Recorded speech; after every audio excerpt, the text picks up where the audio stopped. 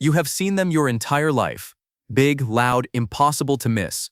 A yellow so specific, so deliberate, so universally recognizable that it has become one of the most iconic colors in the world. But here is the question almost nobody ever thinks to ask. Why yellow? Not red, which we already use for danger and emergency vehicles. Not orange, which is bright and highly visible. Not white, which reflects light better than almost any other color. Yellow. A very particular shade of yellow, to be precise. And the story behind that decision is one of the most carefully considered color choices in modern history, made not by a designer, not by a marketing team, but by a group of scientists and educators gathered in a single room, trying to solve a problem that was quietly killing children across an entire country. To understand why school buses are yellow, you need to go back to 1939. At that time, the United States had no national standard for school buses whatsoever.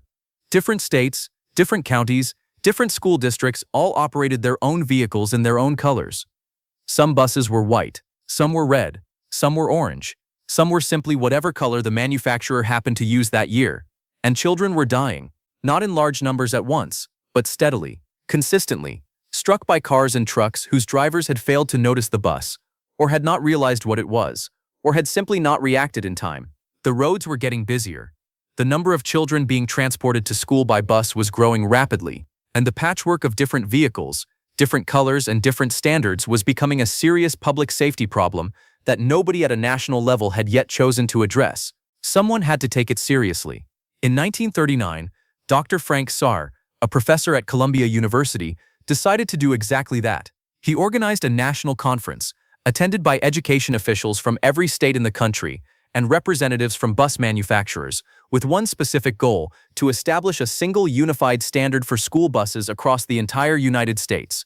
The conference would last 1 week, and what came out of it would quietly shape road safety across the entire world for decades to come. The conference lasted 1 week. During that week, delegates examined 44 different shades of yellow and orange, testing each one under different lighting conditions, at different distances, and at different times of day. They were not looking for the brightest color. They were not looking for the most attractive color.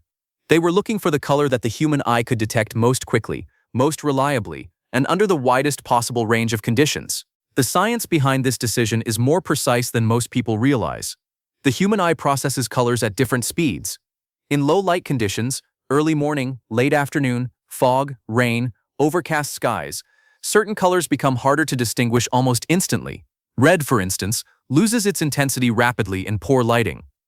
White can be difficult to separate visually from bright sky or snow, but yellow, and specifically the peripheral areas of the human visual field, responds to yellow-orange tones faster than almost any other color.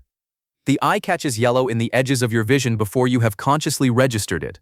That fraction of a second, that tiny, almost unmeasurable gap between seeing and reacting, is the difference between a driver slowing down in time and a driver who does not. It is a gap measured not in seconds but in milliseconds. And in milliseconds, at speed, the difference between noticing and not noticing is the difference between life and death. The specific shade chosen at the conference was given a name that has remained unchanged ever since: National School Bus Chrome Yellow. It was later updated and renamed National School Bus Glossy Yellow.